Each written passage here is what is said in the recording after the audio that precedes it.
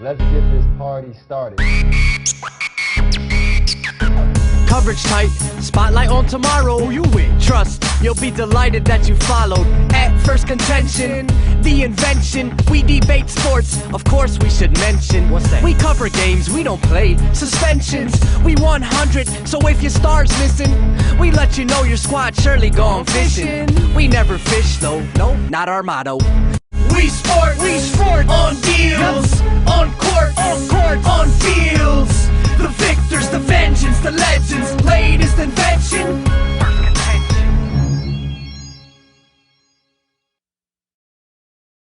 First Contention, what's going on? Your boy M Banks is back in the building, saluting everybody on this Thanksgiving episode of First Contention. Taiwo, what's going on? Salutations, everybody. Welcome to another installment of PC. Thanks for joining us. Got a fun show. Again, Thanksgiving edition. So, I mean, it's only right that we give thanks to everything that's going on today, especially within the sports world. Giving thanks to the Warriors for being the Warriors. Giving thanks to the final football playoffs that we have here. And also giving thanks to the LA Clippers for, being the LA Clippers. So, you heard. Sad, but very true. That one hits me right here. It does too. I'm a big Chris Paul fan. Me too. But still. I had faith. Yo, that's my point guard. Faith in the mustard seed. That's my point guard, man. All right, let's get it rocking. We sport on deals, on court. The Warriors look unstoppable. Steph Curry looks unstoppable. Yeah, not looks, because looks can be deceiving, but they're literally a juggernaut. David and Goliath. But even David slayed Goliath. Marv, will or will they not Golden State Warriors lose a game by the end of the year? Will they go into 2016 perfect, unblemished? See, now what you said was, David slayed Goliath. In this new era of small ball, the Golden State Warriors are David. You see what I like did what there? you did there. You see what I did there? Yeah. But, they won't lose another game for this year. Look. They play the Lakers tonight to go 16-0, so that's 16-0 right there. Mm-hmm. Then, they play the Suns, the Kings. Then they go on a 7-game road trip. They play, like, Boston, Indiana, Charlotte. They'll run through that little 7-game road trip. Then they come back. They play Cleveland on Christmas. They'll run through them because they still haven't figured out small ball. I can't see the Warriors losing in the rest of 2015. I think their first loss is going to come at Cleveland. I think it's like January 18th, 16th. Then they play the Bulls. Then they play the Bulls after that. I think they'll lose back-to-back games on the road for that one. But that's it. Swerve. Like what you did there. So, I like to go on a limb on this show, you know what I'm saying? Don't do it. This Saturday, November 28th, they are welcoming in the Sacramento Kings, okay?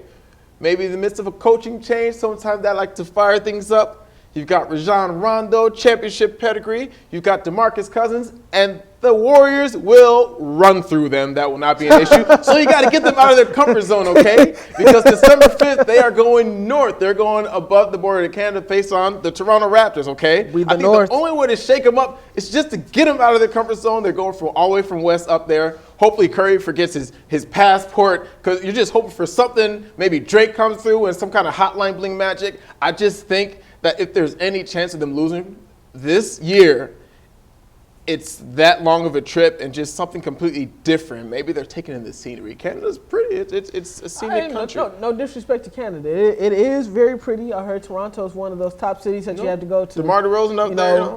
Put on for the Sixers. But I can't see it happening. I just can't. The way that this Warriors team is playing, not only are they playing at a high clip, I mean, they're out here clowning cats. Like, when you shooting threes and you're just walking back down the court, when you up here showing off after inbounds passes against the Clippers, I mean, Steve, I see what you did there. Steve, I see what you did there. Turn up. We sport on deals, on court. But the real question is, now, can they beat the Bulls record of 72-10? We're talking about the 96 Bulls, the back-to-back team with Jordan. Can this Warriors team, can they beat them in a 7-game series, Ty? Now, take away your Chicago bias and C-Red and all that other good stuff. Can they win, Ty? Bishop Bullwinkle. Bishop Bullwinkle, please. Call him Bishop Bullwinkle. Hell no, to the no, no, no, hell to the no. This is a hard comparison to make because just like football's changed over a year, basketball's changed over a year. That team, they were hand checking, they were nitty gritty. We heard Barkley had to say, he said we would maul them. And the 96 Bulls would maul them. So could they go small if you're paying by the rules where you got to let Steph Curry shoot? Because 96 Bulls ain't going to let him just get that off. You think Jordan letting that happen? You think Pip is letting Rodman? Oh, that's defense. That's defense. And then just bully him. Ha-ha! But what you said was, this is a new age of basketball now this year. So with that being said, if they were playing under these new rules right now. Under these rules today. So you're going against Jordan. I am going against Jordan and the Bulls. I am going with Steph Curry because this man is out here. This man has in the city range. You know what in the city range is? When you step into that city, he's liable to knock down shots. What? We in the area code? I'm good. Yeah. I'm good. He's liable. I'm going with the Warriors, and here's why. I mean, they're just going to switch everything. Now, granted, nobody's not going to stop Jordan. I'm not even going to say Klay Thompson can. Draymond Green can. Nobody can. That's understandable. Mm-hmm. But can you limit Ron Harper, Scottie Pippen? I mean, Dennis Rodman's not going to score. Luke Longley. Man, you can limit those guys. But here's the real key. I don't know if Ron Harper wants to run around all these screens to catch up with Steph Curry. I just don't. I don't think he wants to. I don't think they would put Jordan on. So this Warriors team just like the best thing since sliced bread. One of the best teams ever already. They're already the best. We're talking about a team. We know what they had. We know what they had going. Listen. The Warriors team, they already just unbeatable. Just pencil them in. Look, they might go like 27. They might win 20. They might go 27-0. I told you I don't see another loss on their record until January of 2016. Child, please. Child, please. We sport on deals, on court. Nevertheless, they are impressive. So, question is simple, Marv. How are they making it look so easy, the Golden State Warriors? I mean, everybody wants to play small. Everybody wants to play fast. That's the new trend that's happening. You don't have Steph Curry. You don't have Draymond Green.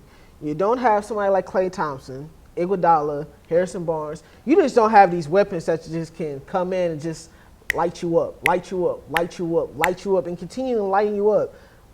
Teams nowadays are trying to replicate.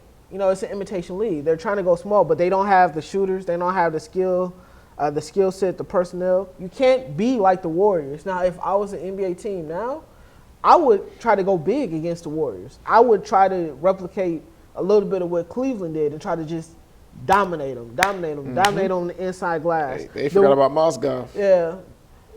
And that's the big thing.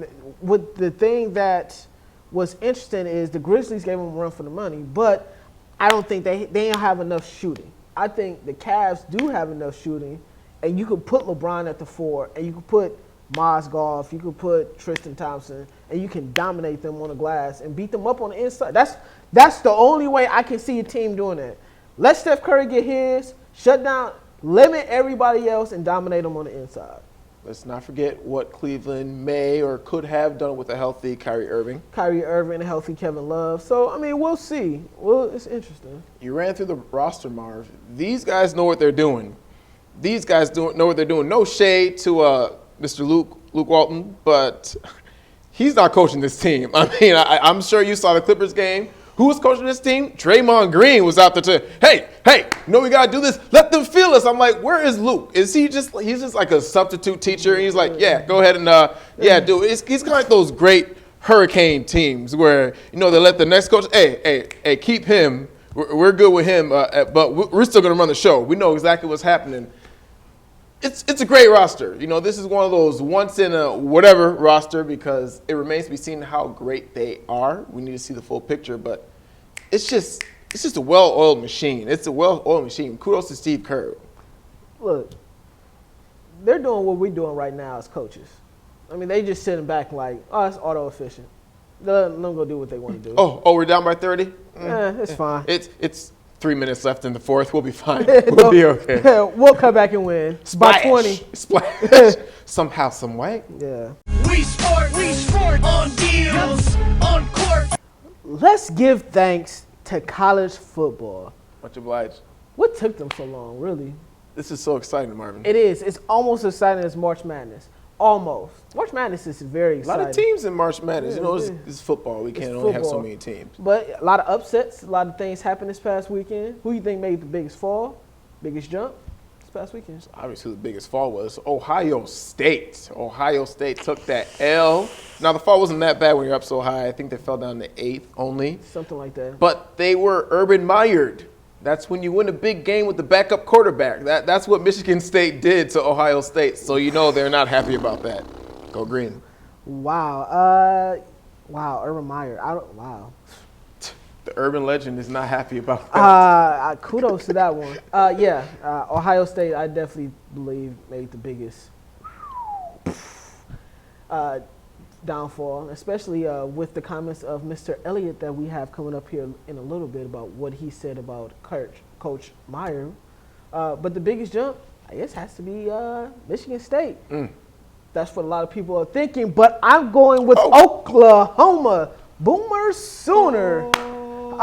Making a big jump this week, and as we reveal the power rankings, they made a huge jump, Ty. Huge. Not a believer. I'm happy to see Iowa in here. I think at this point in the season they deserve to be where they're at. I still think I don't think Oklahoma should have jumped Notre Dame. I think their record, but I think their record is better than Notre Dame. I think their resume is better than Notre Dame. We sport on deals, on court. The final 4 teams now are nothing changed at 1 and 2. Clemson and Alabama. I think we kind of just penciled them all the way. Yeah. They'll be in there when it counts. Yeah, pretty much. But number 3 was that big jump I was telling you about, Oklahoma, jumping up to 3 from 7. Okay. Then jumping up from 5. Voice of God's favorite team, the Iowa Hawkeyes. Who loves Iowa? Voice of God? Loves Iowa. He loves Iowa. Oh, okay. Them moving up. Then Michigan State moving up to 5, and Notre Dame moving up to 6. Thoughts? Oklahoma shouldn't be in there. I don't think Oklahoma should be in there. Top 2 is cool. Iowa's in there. I find at this point, unblemished, they deserve to be in there. Mm-hmm. Give me Michigan State, okay? And this isn't a Big Ten bias, but don't forget, Michigan State lost the game they really shouldn't have lost. They gave up a lot of points. The wide receiver stepped out of bounds before he came back in. I believe it was Rutgers. It was Nebraska. Nebraska. Marvin. Thank you for pointing that out. Michigan State also won a game they never should have won as well. Oh, well. Yeah. Hey. Exactly. But that wasn't on a technicality. But still. The Nebraska game was a technicality. Michigan State was dialed in for the duration of the game. Again, you got to know how to finish. Sparty knows how to finish. Marvin. Like I said before, Michigan State has won a couple of games I don't think they should have won. So, granted, yes, Ty. All right, Wisconsin got a lot of love. Ohio State got a lot of love after what they did to Wisconsin with a backup quarterback last year. So don't you think they deserve some extra love for, again, Urban Meyering the Ohio State Marvin?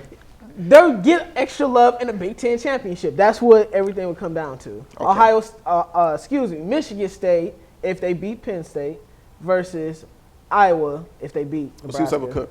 Who's in your 4? That's who was in my 4 right there. I think that's going to be the final 4 right there. I'll take that back. I think Michigan State's going to be Iowa. I'm not a believer in Iowa. I'm sorry. We'll see what happens with Connor Cook. Yeah, we'll see what happens. We sport on deals, on court. Touched on Ezekiel Elliott. Mm-hmm. After losing, I know Wolverines fans did not like it. They didn't want to root for him, but hey, the Spartans ended up beating the Buckeyes. And Ezekiel he was mad. Ain't no punchline of that. That man was mad. He said this will be his last game inside the horseshoe. He's not coming back. Chuck a deuce and act a fool. What are your thoughts on what Ezekiel said to the Hall of Fame coach? Listen. you just had, as a CEO, you just had one of your employees come out and blast you after you done won Company of the Year last year. And you was a top 3 company, you gonna have one of your employees come out and blast you? See, now if I was Urban Meyer, I would run him like 60 times a game next game. I'll run him straight to the ground against Michigan, because you're not gonna be on national TV and go to the media and social media and clown me. Now after I done got 3 national championships, not on duty, nope. I had a big problem with that. I mean, as an athlete, you have to have more respect for your coach than that. You know, if you didn't like the game plan, don't air it out in front of everybody. Okay. You know, talk behind closed doors. You don't put your personal business all out there on blast. But like I said, if I'm Urban Meyer, I'm running him like 70 times a game. I remember when Lindell White did that in Titans and Fisher ran him a bunch of times the next game. We'll give you the ball as much as you want to, son. Yeah, that's not his DNA. Okay, so there's a positive and a negative of what you just said. Okay, the positive, yes, you don't air dirty laundry. Okay, you keep it in house. Talk to the coach. I'm pretty sure Urban Meyer's a dude that you can talk to. The type that'll dance at a house party and not be shy. Fun.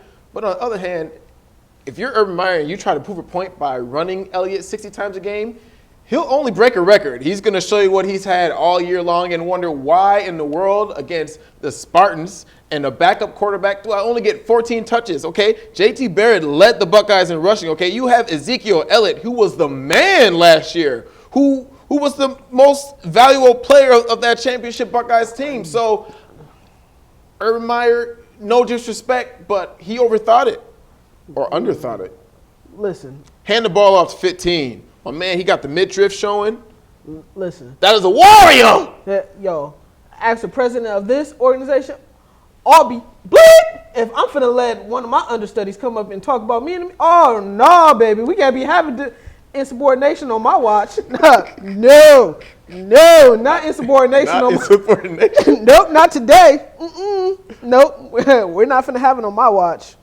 We sport on deals, on court. Let's give thanks for athletes that are socially aware about what's going on. For those that haven't seen the documentary piece, it's an 8-minute piece about Carmelo Anthony visiting the prison system. Beautiful piece. Rikers. Visiting Rikers. Very, very well done. Got a chance to sit down and talk to the inmates. Got a chance to really see their lives behind the scenes. There were, all of them were juveniles, if I'm not mistaken, 18 or under. And it was an interesting piece. Thoughts? I liked, for one, at first I thought it was an accident. I thought I heard a cuss word. But they kept it uncensored because they kept it real. They kept it real. If you're going to talk to them in their element and where they're at, don't buffer it. Don't BS them. Give it to them. Shoot them straight. Be a straight shooter. And so I enjoyed that. A lot of insight from Carmelo in terms of what he was seeing in terms of the way that juveniles are tried as adults and how you take these 16-year-olds and you put them in an area with grown men who are in serious things, and they end up joining these gangs to get by. It said all the inmates were gangs. And it makes you think, what does that do for their rehabilitation? That's why so many people go to prison and they come out better thieves because they're around thieves. Yeah, I think the interesting piece about that is exactly what you said, how it was uncensored. It was very real. Carmelo did a very good job of displaying some of the issues that's happening within the prison system. You're sending a 14, 15, 16-year-old into a system and they come out rock hard, not better for society. Can't get a job. Can't Can't and that's, vote. That's not, the prison system shouldn't be set up that way. Now, you do have outlier cases that, people are just not going to get better, but you should give people a chance to continue to rehabilitate themselves and get better and move forward from there. We sport on deals, on court. Let's touch on the system as a whole. What are some things that need to be done to change? What do you think are the biggest issues that we need to tackle? I was watching a piece on Israel, and they do a phenomenal job in rehabilitation of some of their criminals and the things that they're doing to get them back into society as better people. A lot of people in prison have made mistakes. Let's be honest. I can personally speak to myself. It's been probably a couple of situations where I don't think I should have ended up in jail, but I could have been in trouble if I would have gotten caught on different situations, but it just gives to the precedent of mistakes happen. Things happen sometimes. Should they pay for the crime? Yes, they should. But you shouldn't just automatically just kill a guy for that. Some of the smartest people, as we've seen in documentaries, are people in jail. The debate team that debated Harvard and beat them in a debate team or a debate rally. I don't know the proper term for it, but you understand what I'm saying. Definitely. I agree. The biggest thing is when you have these adolescents, do you really need to, prosecute them to the full extent of the law for something that maybe is misguided? Again, there are certain cases where it's like, for this one, yeah, you're going to be tried as an adult. Don't forget, there was an article that came out that I read that was very interesting, where a judge was sentenced because he was sentencing black males to extreme terms and kind of taking bribe for it just to get them inside the system. And again, when you're in the system, the goal of prison is rehabilitation. Get you out of the system. Get you out. But once you're in the system, you're in the system. It's very hard to get a job, so you end up doing what you had to do on the end to make it on the outside. You have to get money some way. Young buck, don't blame that person for running up in my house, fool. Ain't no food in my daughter's mouth. I'm going out too, just to get by. Wow, we had a Young Buck reference here. Stop it right there. Oh wow. But no, I agree with everything that you're saying. It's very disheartening. Very. And especially with the racial tensions and issues that's underlying there as well. I mean, that's another subject as well, but I agree with everything that you're saying, though. These cats are coming from very, very tough areas, tough neighborhoods, and the programs aren't there. The education isn't there, and it's a revolving door. Bring them in, spit them out. Bring them in, spit them out. Yeah. Exactly so. Well said. We sport on deals, on court. Now time for our best segment, our best time that we have going on here. Our fuel to the fire, because we don't need no water. Let it burn. Gotta let it burn. And this week's fuel to the fire is NWA. Bring it back. Not winning anything, and that will be the LA. Listen, Ty. Let's get this money. The LA Clippers not winning anything no time soon, Ty. Listen, okay, you lost to the Warriors. Understandable. But the way that you lost that's twice that you guys were up in the fourth quarter and lost to the Warriors. Really, Ty? Really? Thoughts? Comments? Concerns? No words. I was watching that game. Don't forget, at the onset of the season, we picked some squads. I'm saying the West is hard. Warriors can't do it. Let's go Clippers. They revamped. They got some new talent. They got some depth, which held them back after that huge collapse against the Rockets. And it's the same song and dance, okay? It's just disappointing, okay? They were up by 20 virtually the whole game. Whenever it got close, they extended it back out. But again, Coach Draymond Green, he was on his boys, and the Warriors battled back. So shout out to them. But I'm not saying it's necessarily over for the Clippers. Just give them some time, let them gel a little bit. A lot of new bodies. JJ Redick didn't play. Listen, I still think after the Clippers lost, I still thought they had the best chance of being the Warriors in a 7-game series. Mm-hmm. But after they lost to Portland they lost to somebody last week or yesterday or the day before, I think it might be time to blow this team up, Ty. Because if they don't get it done, look, fool me once, shame on me. Shame on you. Fool me twice, shame on me. Now, fool me 3 times, F the peace sign, load the chopper, let it rain on through. It's time, look, it's time to it's time to blow things up in Clipperland. If they don't get it done this year, when is it going to be? Lob City? Ty. Lob City? They was up by back-to-back 20 points against the Warriors and lost. But and Chris Paul played a phenomenal. I don't understand how DeAndre Jordan doesn't kill Draymond Green. He has him beat by 8 inches. I don't understand how Doc Rivers doesn't have him in the gym after every practice just shooting free throws. This is what you're going to do. You're just going to shoot free throws. Dude, on TNT. Until you can make it, Jordan, because it's ridiculous. Shoot free throws. On TNT, they said if you left DeAndre Jordan in the gym by himself and told him he couldn't dunk, how many points would he score? Charles Barkley said he'd be doing a lot of running. I had so much faith in the Clippers. I did too. And Lance Stevenson not getting any time. To me, I think that's the X factor. Again, a lot of new bodies. Maybe just give them some more time to gel.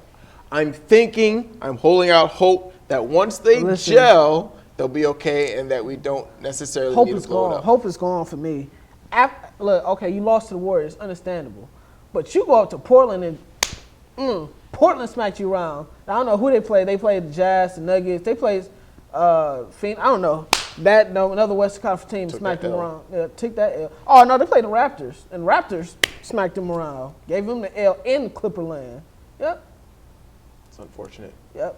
We sport on deals, on court. Let's move to another squad that got smacked around and one player who wasn't happy about it.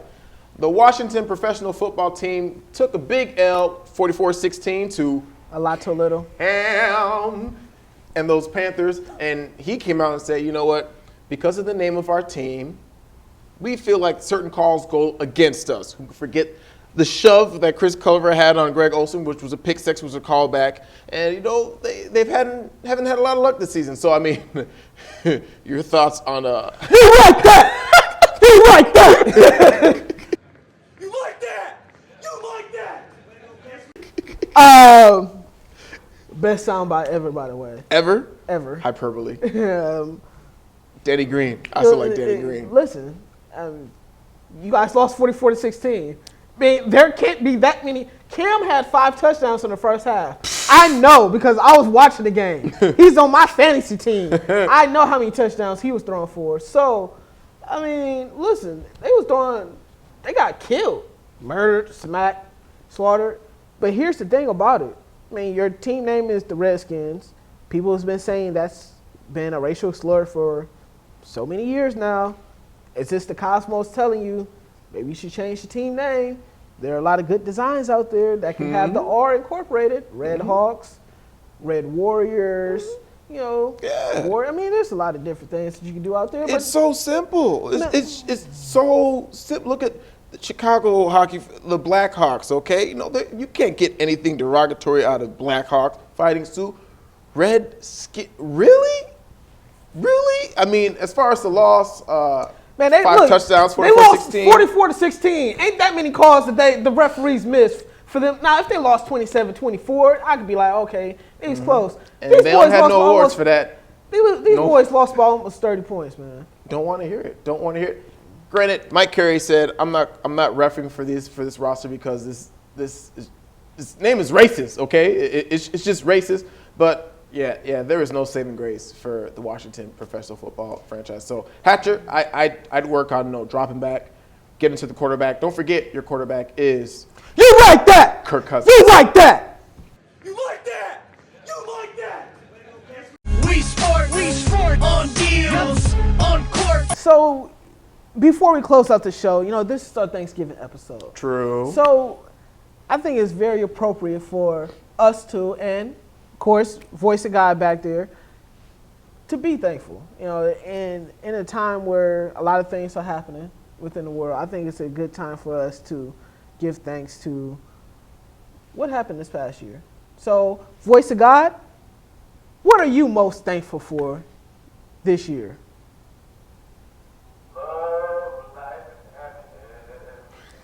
Love, life, and happiness for Voice of God. Ty? That sounds nice. I'm thankful for this record deal I'm about to get. Y'all think I'm playing? I'm going to keep singing on this show till I get discovered. Oh, wow. Bring it back into sports because I've been doing some thinking today, Marvin. Okay. Now, this could be, I could be drinking the Kool-Aid after telling myself I'm not going to drink the Kool-Aid this year.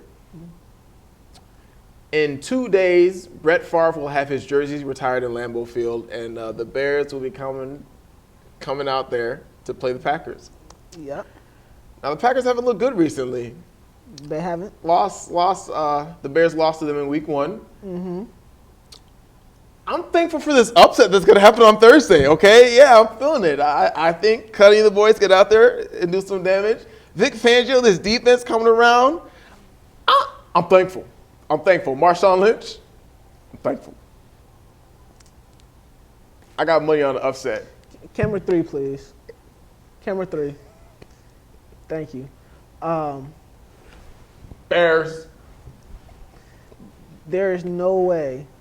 I don't care if the Packers lost 4 straight. There is no way that they're losing this game when Brett Favre's resigning his jersey on Thursday night on things.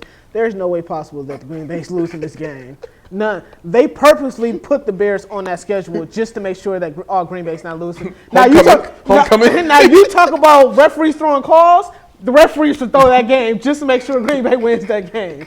But let me give thanks. I want to give thanks. I'm getting married next year. I propose. Props. Another one bites the dust. Let me give thanks to. I wish I had my University of Minnesota cap on.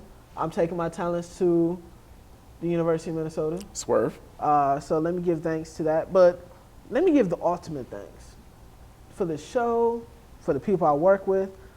But props to this. Props to Diddy for the new Apple Ciroc that you got coming out. Woo! Props to that, because I can't wait to get me some of that right there. Camera 2. Camera 2, please. Camera 2. Woo! Drink responsibly. That's all I got. Props to, look, Apple Ciroc. Woo! Diddy don't know what he done did. You know what you did. All right, folks, that's all we have officially for the Thanksgiving edition of First Contention. Appreciate y'all for watching. Feel free to share, tweet, follow along, send us questions, and let us know what you think about all the topics we covered. But most importantly, like the video, like us on Facebook, follow us on Twitter, and while you're at it, go ahead and subscribe to the YouTube channel. Exactly. So for Voice of God over there, I'm Marvin Banks for the main man, Tywell Sosina. Signing off. Can't stop. Won't stop. Bad boy, baby. Ride with First Contention, that's full throttle in. We sport on deals, on court, on fields. The victors, the vengeance, the legends, latest invention. First Contention. We sport on deals, on court, on fields. The victors, the vengeance, the legends, latest invention. First Contention. Game face grit, like born for playoffs. Say it all in small time like payoffs.